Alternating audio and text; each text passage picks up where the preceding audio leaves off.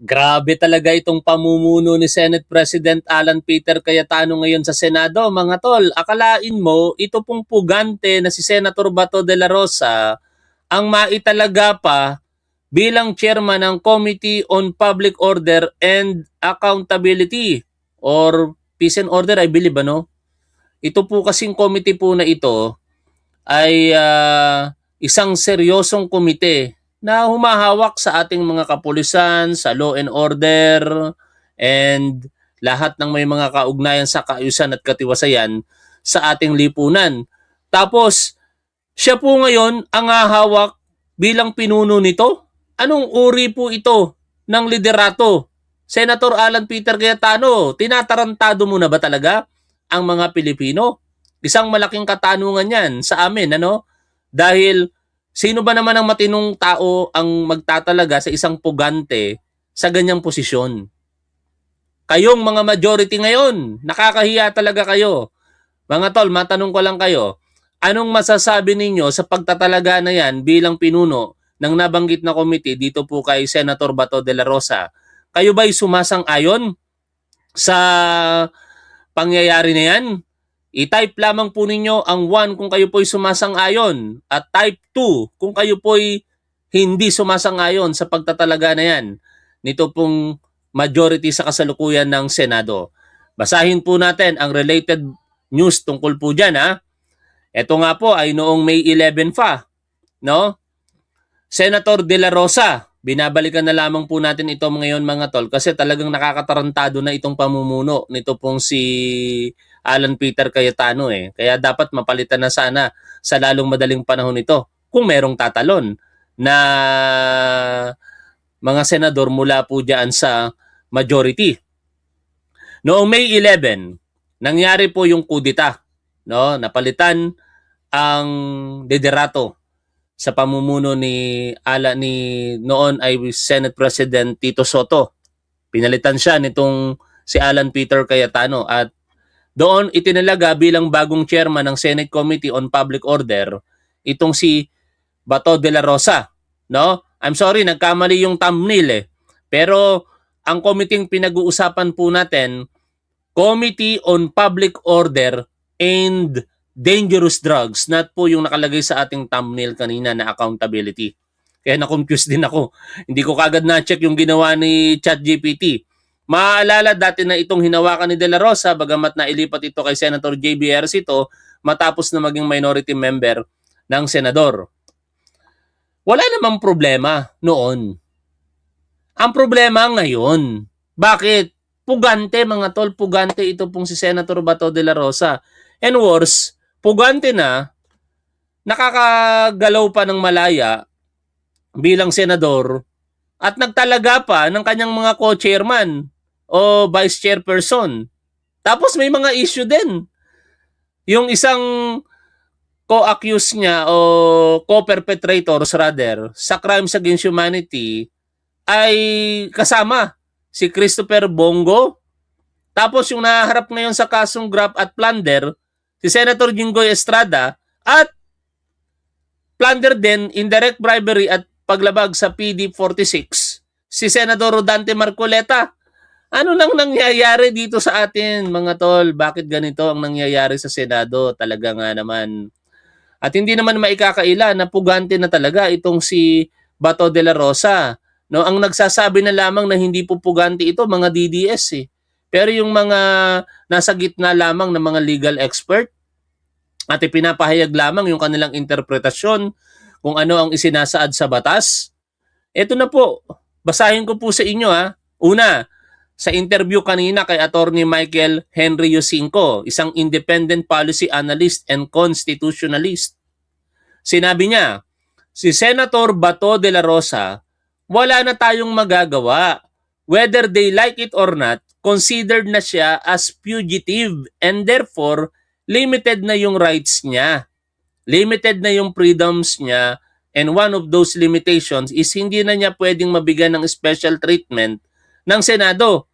Kailangan na siyang tratuhin like any other fugitive. Hindi ka na pwedeng maging bahagi ng lipunan natin. Yun ang sinasabi ni Atty. Yosinco Kasi puganti ka Senator Bato de la Rosa. Ngayon, kung gusto mong maging bahagi pa rin, partikular ng trabaho mo diyan sa Senado, magpasakop ka sa batas. Sumuko ka, ganun lang kasimple yon. Ano ba yung pagiging pugante? Ano ba yung maaaring mawala sa pagiging pugante? No? Makakakuha ka ba ng ayuda or judicial relief kung tawagin sa korte kung ikaw po ay nagtatago? At dito, maganda po yung pagpapaliwanag ni Attorney Jen ng sa isang interview. Debate yata ito kung hindi ako nagkakamali kasi sa mga nakikita kong post, binabanatan ngayon itong si Attorney Jen ng mga DDS sapagkat sinasabing tinalo niya yung isang DDS lawyer na si Attorney Mark Tolentino. Napakagaling naman kasi mga tol.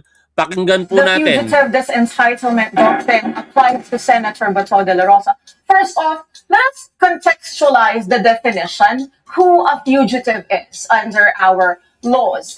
In the case cited, Valyacar Transit Incorporated versus Yanson, the Supreme Court elucidated already that a fugitive is not only limited to an individual who after conviction flees to avoid punishment, but this also applies to a person who is after being charged flees to avoid prosecution or apprehension. So it's settled already.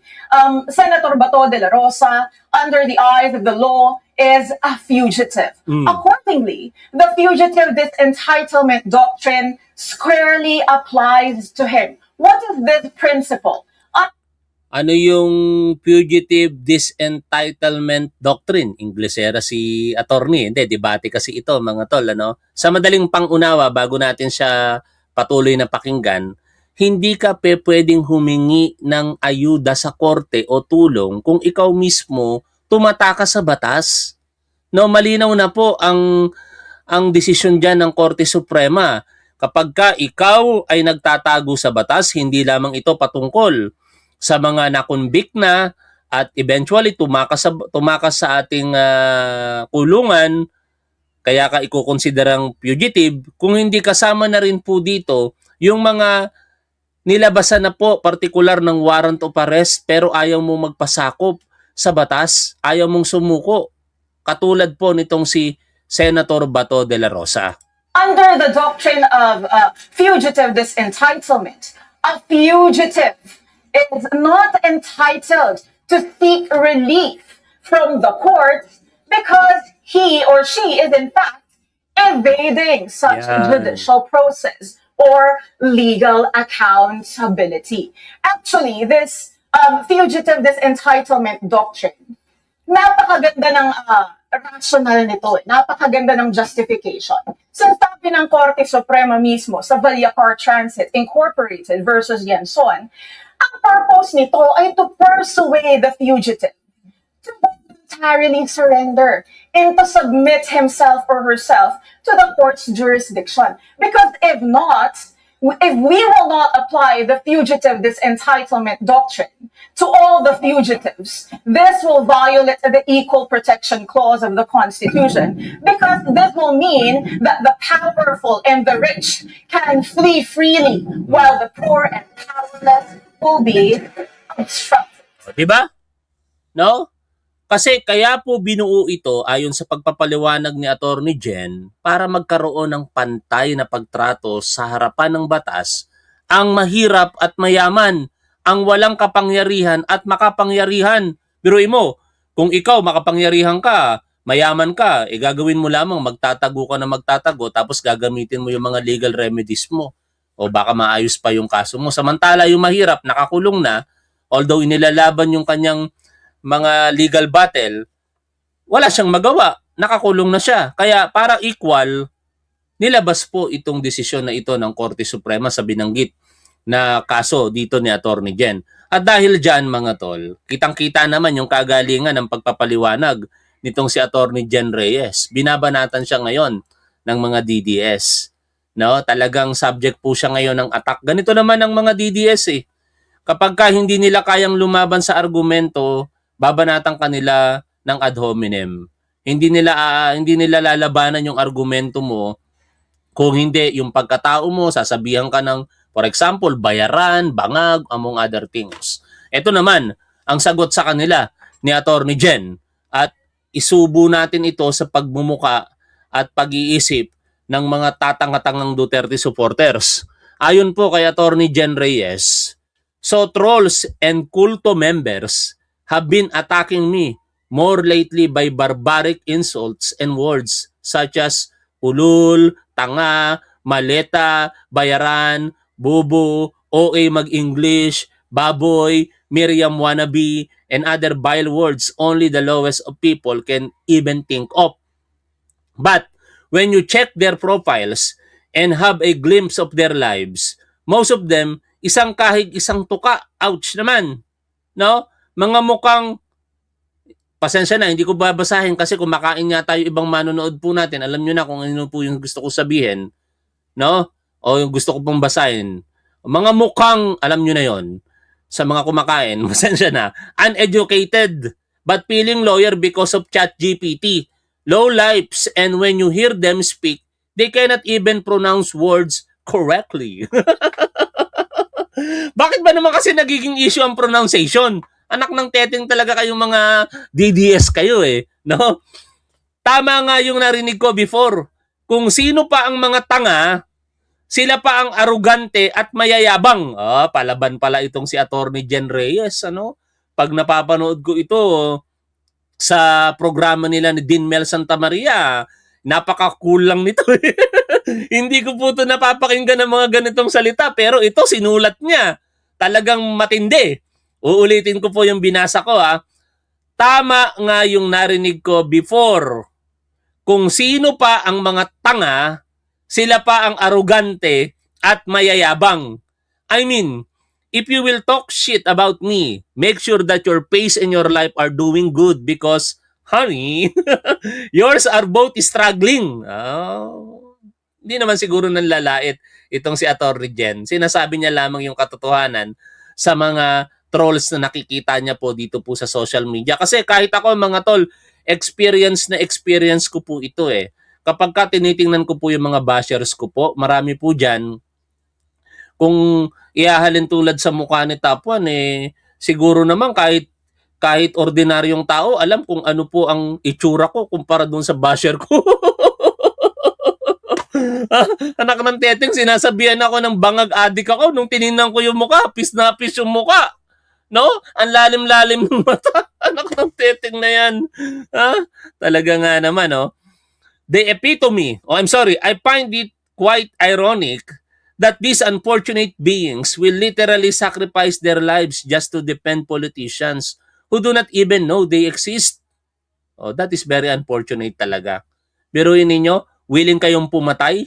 Etong mga tatanga-tangang Duterte supporters na to, pagbabantaan pa tayo nito, papatayin kita. Saan ang bahay mo? Baka kayo, di pa nakapatay. Pagsamahin nyo, mga daliri ninyo, kulang pa yan sa kasalanan ko, mga tanga. At lahat naman yan pinagsisisihan ko. At bahagi yon ng naging trabaho ko bilang pulis before.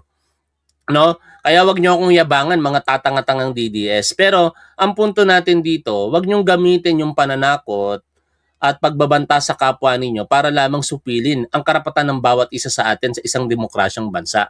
Kung gusto niyo ng argumento, lumabang kayo ng patas. No? Pwede naman kayo makipag-argumento nang hindi kayo nag-ad hominem eh.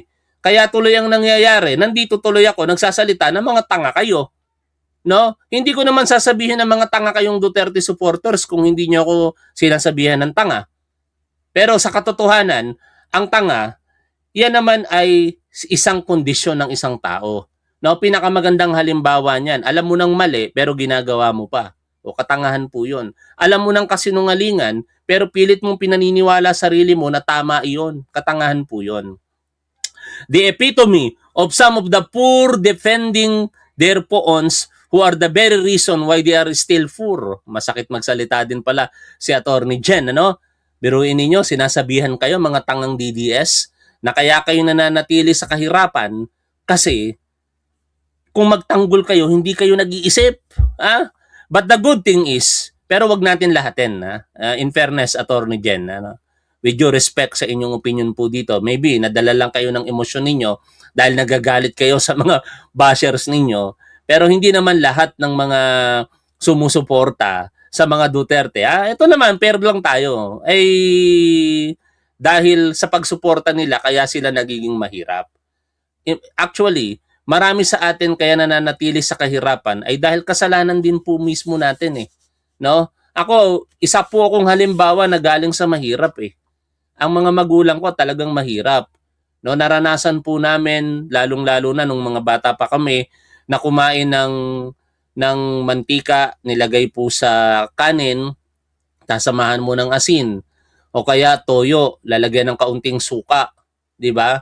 O kaya in worst talaga, pag walang-wala even pambili ng mantika, maglulugaw, lalagyan lamang ng kaunting asin. Ganun po kahirap ang kabataan namin ng mga panahong iyon. Pero hindi kami salat sa pagmamahal. At higit sa lahat, naiangat namin, hindi man kami naging mayaman magkakapatid, pero kahit paano, naitindig namin ang aming mga sarili at hindi kami nanatili doon sa hirap na yon dahil na rin sa mga magulang namin at dahil na rin sa aming mga sarili. Kaya kung gusto ninyo talaga, mga DDS, na maaaring tinatamaan dito sa mga banat ni Atty. Jen Reyes, huwag kayong umasa sa mga politiko na sinusuportahan ninyo. No? Tumindig tayo sa sarili nating mga paa.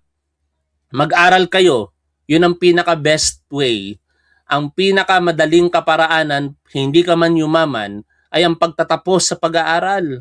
Kasi pag ikaw ay nakatapos ng pag-aaral, yan ang isang kayamanan na hindi mananakaw sa iyo ng sino man.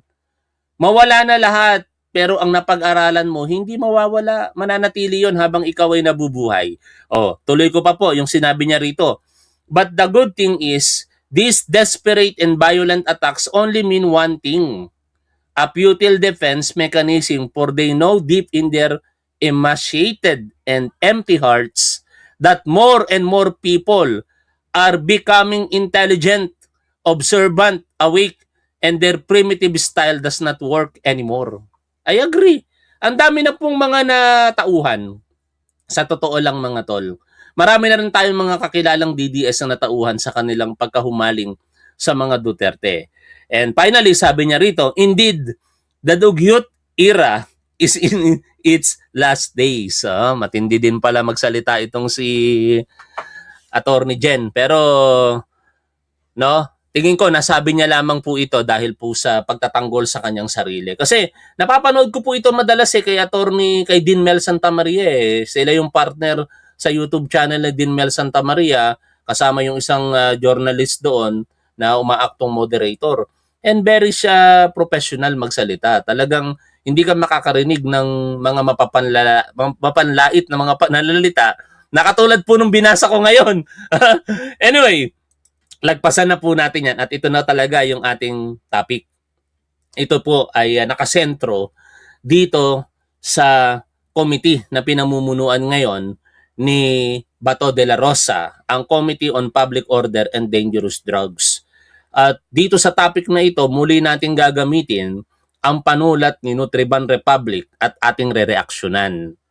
Meron pa naman tayong mahigit 10 minuto sa ating programa para po matapos at reaksyonan po natin ito. Kasi nakakatarantado talaga itong ginagawa po ni Alan Peter Cayetano. Kaya nasabi din ito ni Nutriban Republic. In fact, dahil nga po sa panulat na ito ni Nutriban Republic, kaya ko po naisipang i-content ito Actually, matagal na ito. May 11 pa lang, tinalaga na Pero pinabayaan ko na lamang kasi katwiran ko, hindi na makakapagtrabaho itong si Bato de la Rosa. Dahil nga, ito ay may warrant of arrest na. Pero lately, napag-isip-isip ko, talagang ginagawa nila ng kaparaanan at dadalhin pa sa mabilisan na butuhan para mabago ang rules at makapagtrabaho kahit nagtatago si Bato de la Rosa, which is hindi na po talaga maganda. Kaya kailangan na po nating magsalita at sabihin, partikular, sana marinig tayo nitong si Alan Peter Cayetano na nakakatarantado na talaga ang ginagawa mo sa taong bayan, Alan Peter Cayetano. Lalong-lalo na sa pagtatalaga ninyo dito kay Bato de la Rosa bilang chairman ng Committee on Public Order and Dangerous Drugs. Sabi po ni Nutriban Republic, ganito na ba talaga tayo katarantado, Senator Alan Peter Cayetano? Hindi ito simpleng ayaw namin kay Bato. No? Totoo naman Ako basically, ang pinaguhugutan ko kay Bato de la Rosa, hindi naman yung kanyang personalidad, kung hindi yung kanyang nagawa. No? Hindi ito simpleng kontrobersiya. Hindi rin ito pagtalikod sa presumption of innocence. Walang nagsasabing convicted na siya. Presumption of innocence protects him from being treated as guilty by judgment. It does not entitle him to a chairmanship over the very institutional terrain where his accountability questions live. Pero merong kaunting nuance dito mga tol no? Kasi bakit?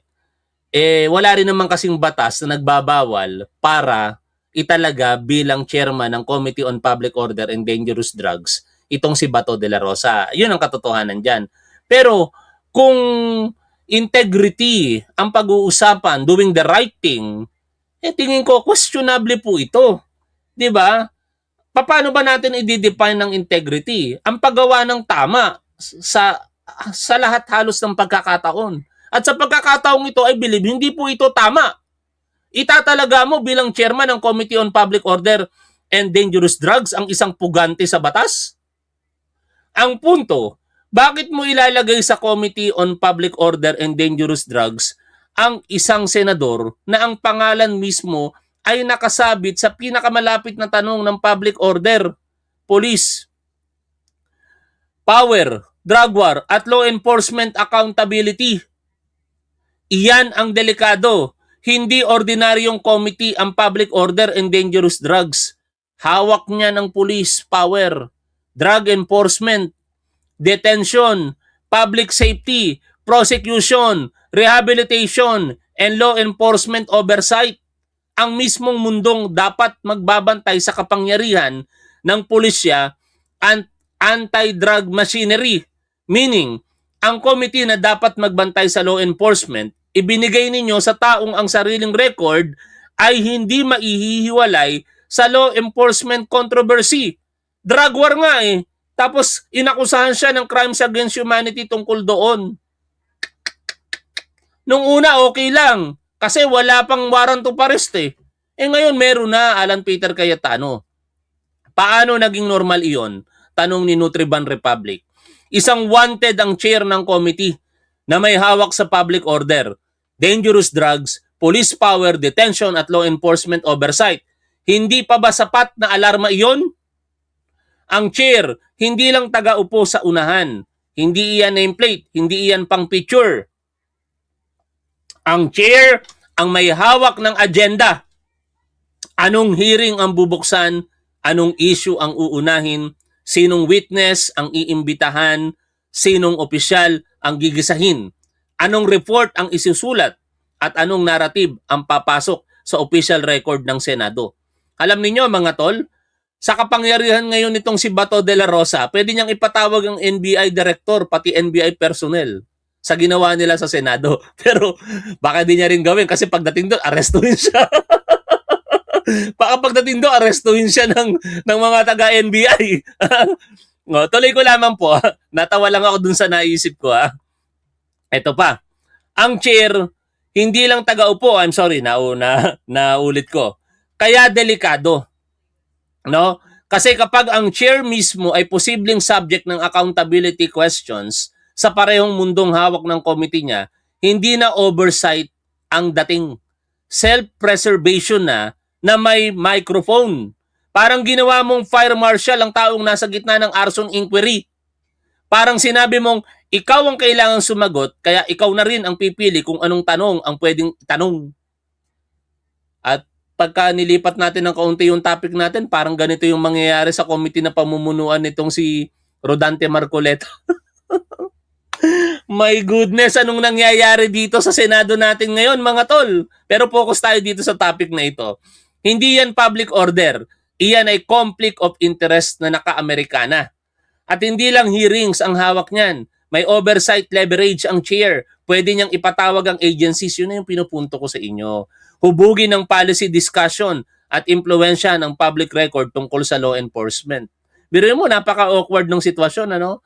Biruin mo, nagtatago ka sa batas tapos ipapatawag mo yung huhuli sa'yo. Anong uri yun? Anong klase yan? Mga tol, anong klase meron tayo sa Senado ngayon? Chairman ka ng Committee on Public Order, magpapatawag ka ng pulis? Hinahanap ka nga ng pulis. Nak ng teteng talaga. Sarsuela talaga tong Senado natin ngayon. Sa ganitong itsura, ang taong may unresolved accountability questions sa drug war at law enforcement may leverage over the same law enforcement ecosystem that may need to answer questions about him. May intelligence risk pa. This committee can touch law enforcement operations, threat assessment, police readiness, anti-drug strategies, agency coordination, and sensitive public safety information. Hindi ito maliit na optics issue. Institutional vulnerability iyan. Naririnig mo ba itong sinasabi ni Nutriban Republic, Alan Peter Cayetano? At dahil absentee ang chair, lumalabo ang accountability. Sino ang nagseset ng agenda? Sino ang gumagalaw behind the scenes? At sino ang mananagot kapag ginamit ang committee para magpalusot, mangharas, o maglibing ng issue? Di wala. Nagtatago yung chairman eh. O baka si Alan Peter Cayetano. Committee power becomes remote controlled.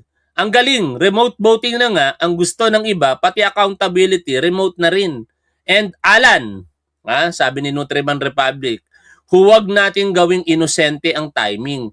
Bato disappeared, resurfaced when his vote mattered, helped shift Senate power, and then retained a powerful chairmanship. Ang pangit ng itsura. At yun naman talaga ang katotohanan dito, mga tol eh.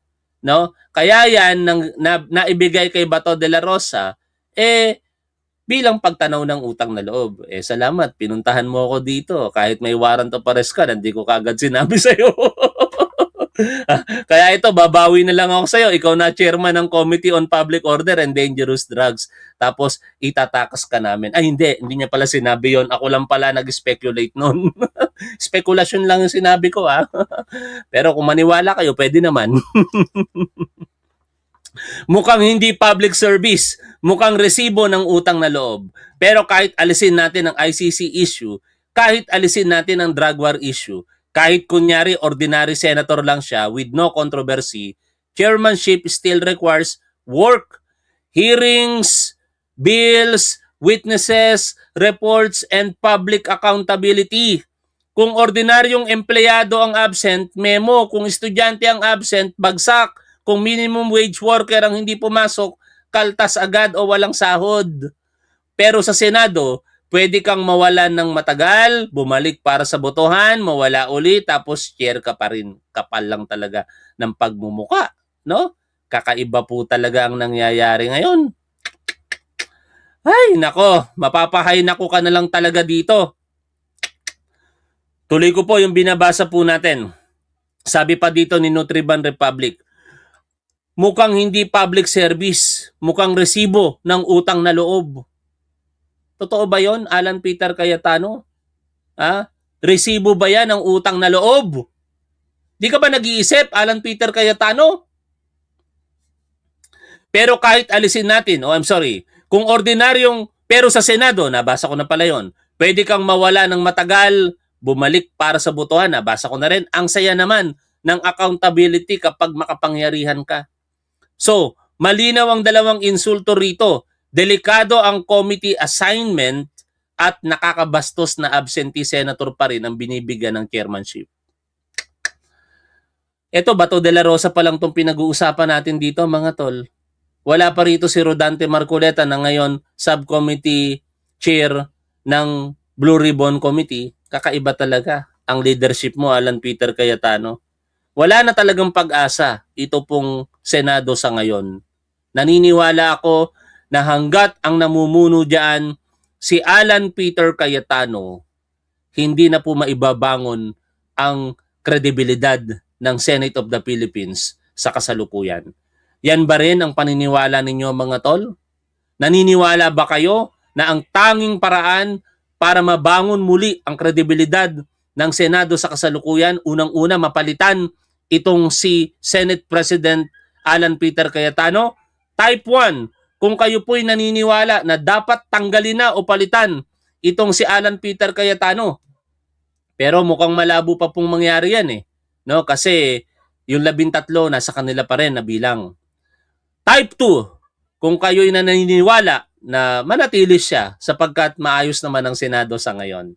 Anong masasabi nyo dyan mga tol? Type 1, dapat na ba siyang palitan para maibalik ang kredibilidad ng Senado sa kasalukuyan? Type 2, manatili siya kasi maayos naman ang Senado ayon sa kanya sa kasalukuyan. Di ba? Tingnan niyo yung sagot ng mga manonood natin. Wala na halos naniniwala sa iyo, Alan Peter Cayetano. Maraming salamat sa inyo. I-comment nyo na lamang ang inyong opinion sa chat area mga tol. Lagi nating tandaan kung ano ang tama at dapat, doon tayo. Keep safe. See you always. Bye for now mga tol.